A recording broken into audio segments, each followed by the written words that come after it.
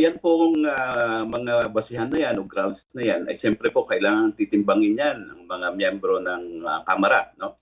Dahil ayon po sa ating saligang batas, ang isang impeachment complaint ay dapat doon muna idulog sa House of Representatives. No? Hindi pwedeng diretso sa Senado yan. No? Parang sa usapin po ito, kung nagsasampa ka ng kaso, idaan mo muna sa prosecution service o sa city prosecution's office. Tapos po, siyempre ano ang pagbabasihan nila? Ayon po sa ating saligang batas, Article 15, no? Napakalimitado po nung grounds for impeachment. Kung tingnan niyo po, Article 11, no? Kung tingnan niyo po, anim lang ata yun, no?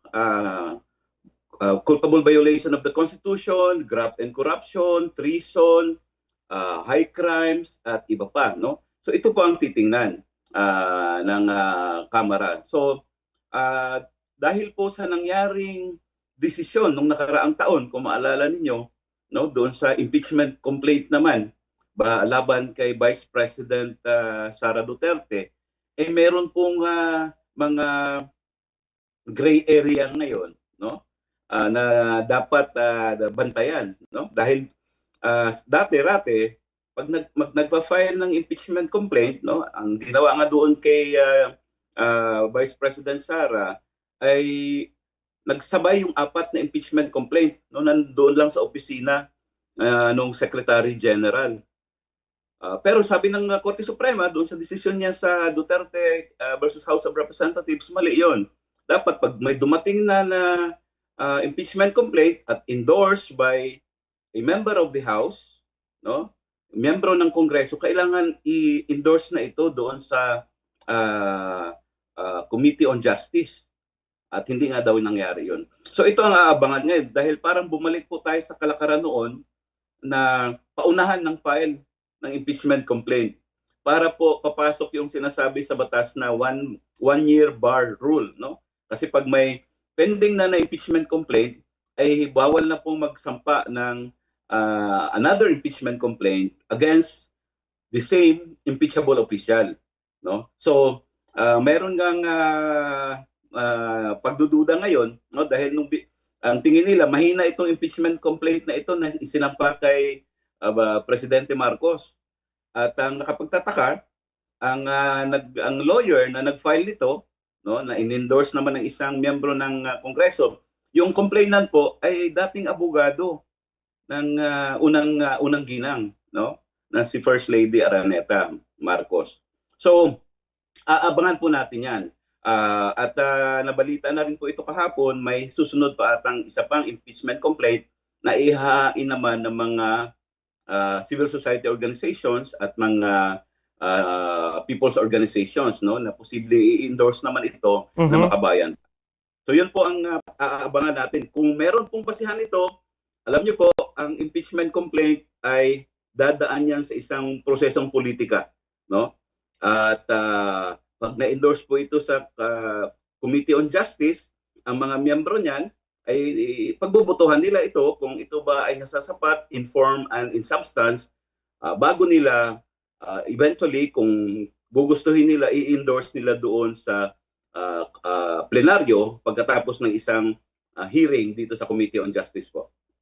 Okay, so ibig sabihin, Attorney, itong insumitir ni Attorney Andre De Jesus, then i-endorsar yung reklamo si Deputy Minority Leader Pusong Pinoy, si Representative Nisay. Sakaling pag hindi pa umakyat hanggang sa opisina pa lang ni House Secretary General, tapos kasi may susunod na, parang pinaplano itong society group na magpapile din ng impeachment complaint. Parang magsabay na, Attorney, pag hindi pa umakyat itong sa opisina si Secretary General, Attorney. Yan po ang medyo nasa limbo ngayon, no, na tinatawag ko.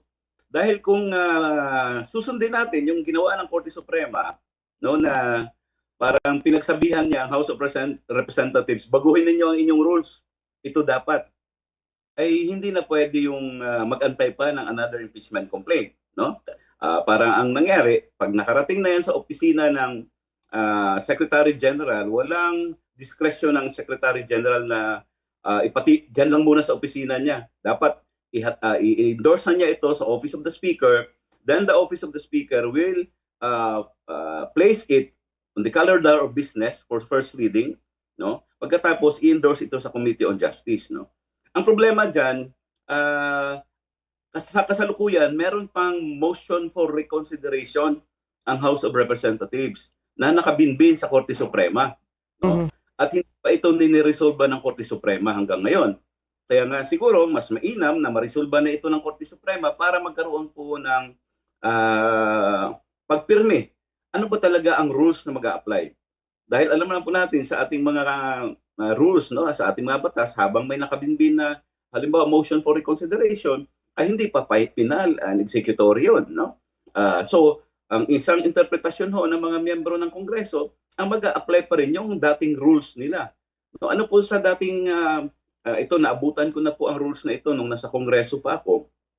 Pag may naghahain po ng impeachment complaint, habang hindi pa yan ipinapadala ng Secretary General sa Office of the Speaker at hindi pa na-refer doon sa Committee on Justice, yung tinatawag po na one-year bar rule, hindi pa po mag-a-apply. Tatakbo lang po yung oras, no, yung 1 year. Pag ang Speaker ay in-endorse na niya doon sa nakarating sa kanyang opisina at i-endorse, mayroon siyang limitadong oras para i-endorse naman ito doon sa plenaryo para sa tinatawag naming first reading, no? Ang first reading, ito po yung referral to the committee, which in this case, dahil impeachment ito, ay ang Committee on Justice. So, bilang sagot ko po doon, nasa limbo pa po yan, no? Tama ba na doon muna ito sa opisina ng Secretary General at mag-aantay kung meron pa bang magpa-file o immediately sa pagbubukas po ng sesyon ng Kongreso, no, dahil naka-recess pa ata sila, no, sa susunod na Lunes pa ang kanilang pag-resume, ay immediately endorse ba ito dapat ng Secretary General sa Office of the Speaker. So yun po ang tingin ko mangyayari dyan. So abangan natin hanggang Lunes kung i-submit, kung mapanatili sa opisina ng Secretary General itong kompleta. Attorney, matanong ko lang, kasi isa pa itong mga grounds na nasabi ni Representative Nisay, yung alleged na pagdukot kay Presidente or pagkidnap ng International Criminal Court na kasalukuyan ngayon nasa facility po ng International Criminal Court sa The Hague, Netherlands. Ito pa yung nasabi ni Nisay na grounds. Para sa inyo, Attorney, grounds pa kaya to sa itong impeachment complaint against kay Presidente? Nirespeto ko po yung posisyon nila, no? Pero I beg to disagree. Dahil yung pagpadala kay dating Pangulong Duterte doon sa Netherlands, sa The Hague, ay alinsunod po yun sa ating mga saligang batas at alinsunod po sa mga existing na mga tratado ng Pilipinas ay kabahagi, no? Totoo na hindi na tayo kabahagi ng Rome Statute o yung tratado na nagtatag ng International Criminal Court, pero pakatandaan po natin ang Pilipinas ay membro pa rin po ng halimbawa ng Treaty on International Police, no, Interpol. At kahit po doon sa usapin ng Rome Statute sa ICC, meron na pong desisyon ng Korte Suprema nito nung magsampa po ang Senado ng isang kaso. Question nila yung unilateral withdrawal na ginawa ni dating Pangulong Duterte. At sinabi po ng Korte Suprema, kahit na nag-withdraw na tayo sa isang tratado or treaty, ay meron pa rin po tayong mga obligations, no? Ang ating bansa ay meron pa rin continuing obligations na ating sinabi nung tayo ay pumasok sa treaty na yan, no? So I don't think this is a ground for impeachment, no? In fact, ano ba ang papel ng Marcos administration doon? Nung sinabi na meron ng red notice, kino-ordinate ng Interpol sa ating kapulisan, in-implement yung warrant, no? At yung sinasabi nilang kidnapping na yan, ay yan palalo ang tingin ko dahilan kaya hindi tuloy yung mga sinasampa nilang mga motion ay hindi pinawalaan ng ICC. Dahil isipin mo naman, humihingi ka ng mga favorable decision sa ICC, pero sinasabi mo na kidnapper ang ICC, paano mapagbigyan yung iyong hinihinging favorable decision dyan? So, sa tingin ko po, napakalabo po niyan na ground, no? And again, alam niyo naman po na ang impeachment is a political process. It's at the end of the day, it's a numbers game. You know, I don't think that ground will even papasa doon sa first round pa lang kung ipapadala mo yan sa Committee on Justice, no? Baka outright ibasura na kaagad ang impeachment complaint na yan.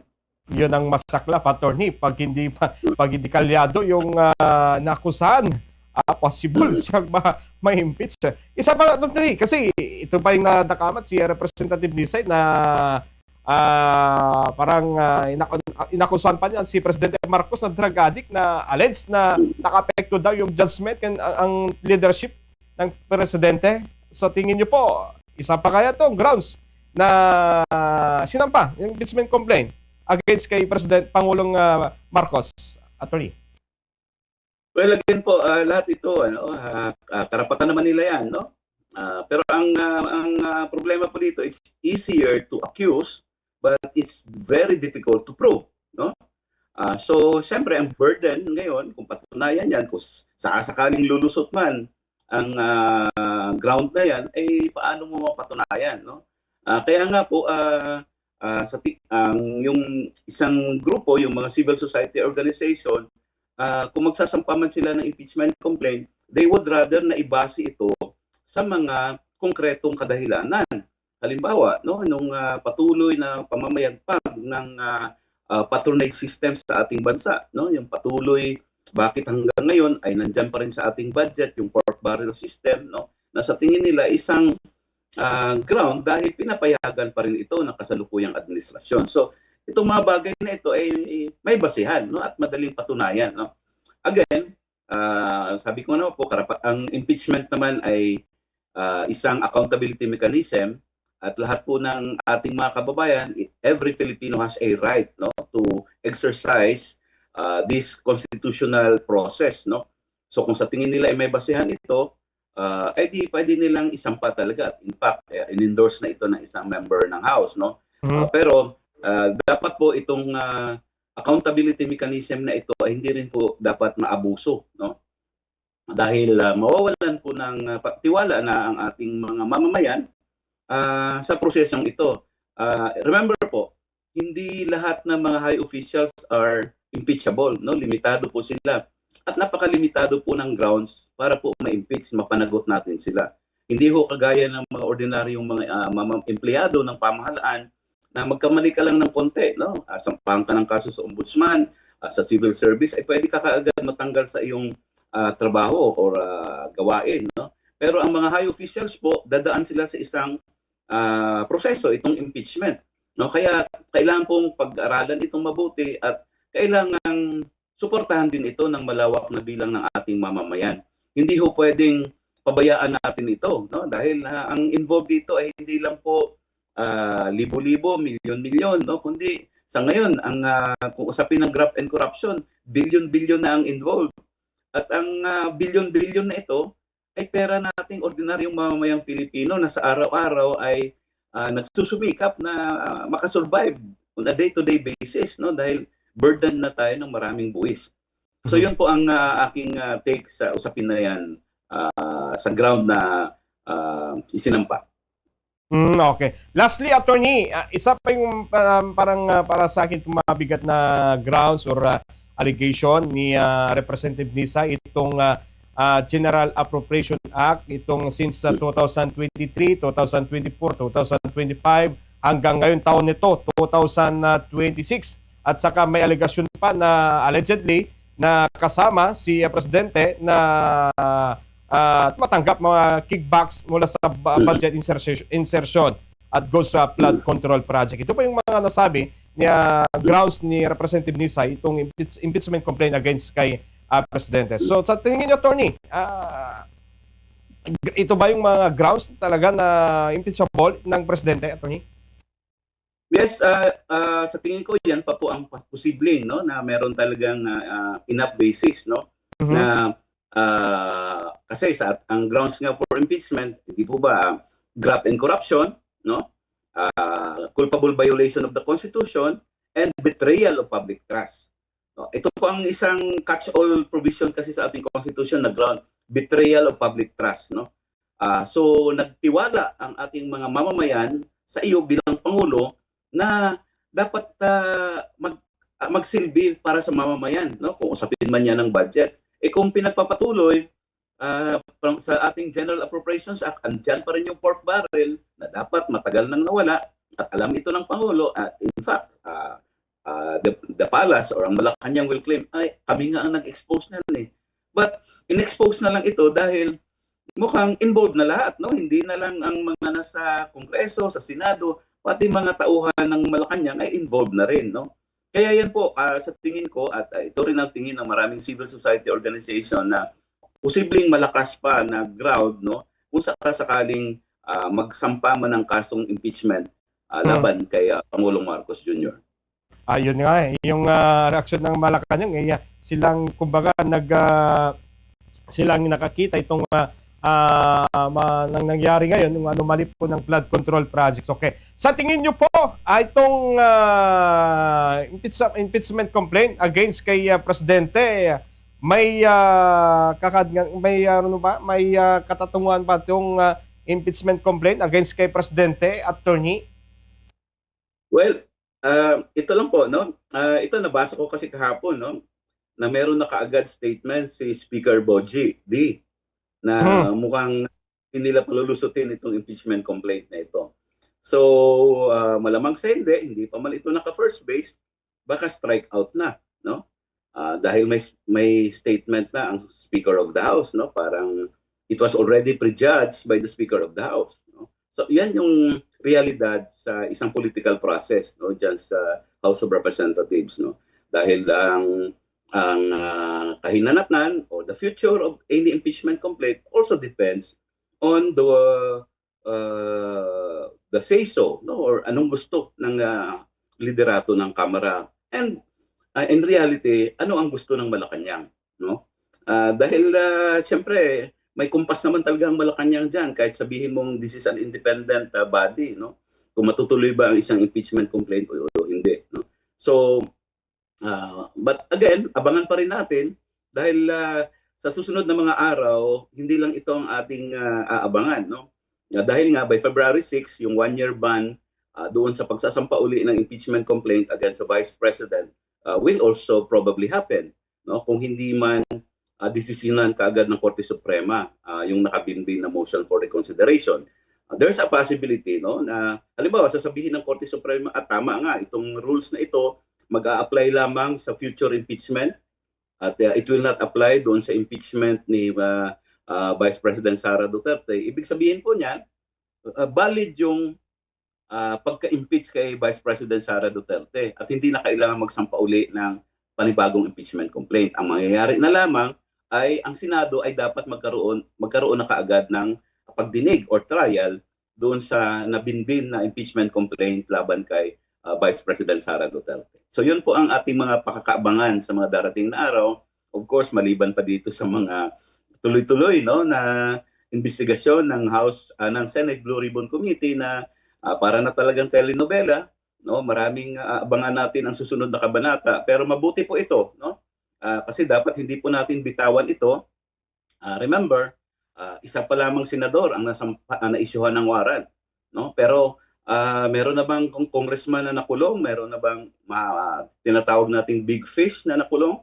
So yun po, no? Dahil pag binitawan po natin ito, gaya po nang nangyari sa Napoles scam, no? After 13 years, kung ang Napoles scam ay 20 billion scam, after 13 years, ano po ang nangyari? Hundreds of billions na ang ninakaw ng mga tiwaling opisyal at mga kasapakat nila, no? Kaya wag po nating, ayan po ang aming panawagan, wag po nating bitawan ang isyong ito. Dapat po dadalhin natin ito sa logical conclusion na mapanagot ang lahat ng sangkot, no? Ang lahat ng mga tiwali sa loob man at labas ng gobyerno.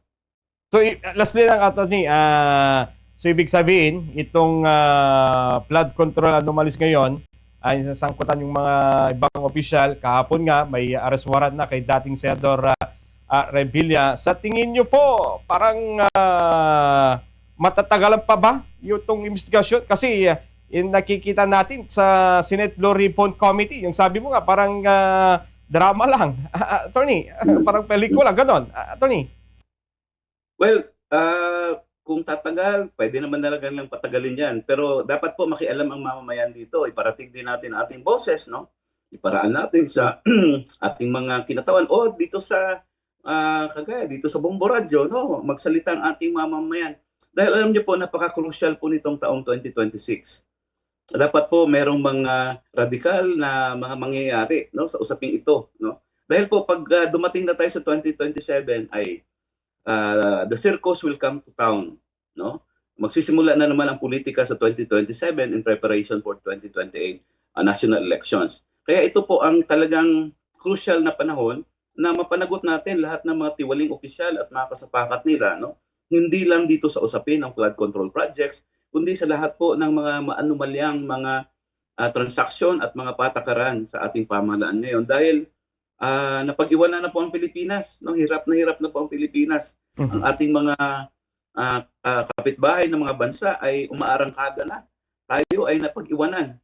So, ang mahalaga po ang papel ng ordinaryong mamamayang Pilipino rito. Huwag po nating bitawan ang isyu na ito.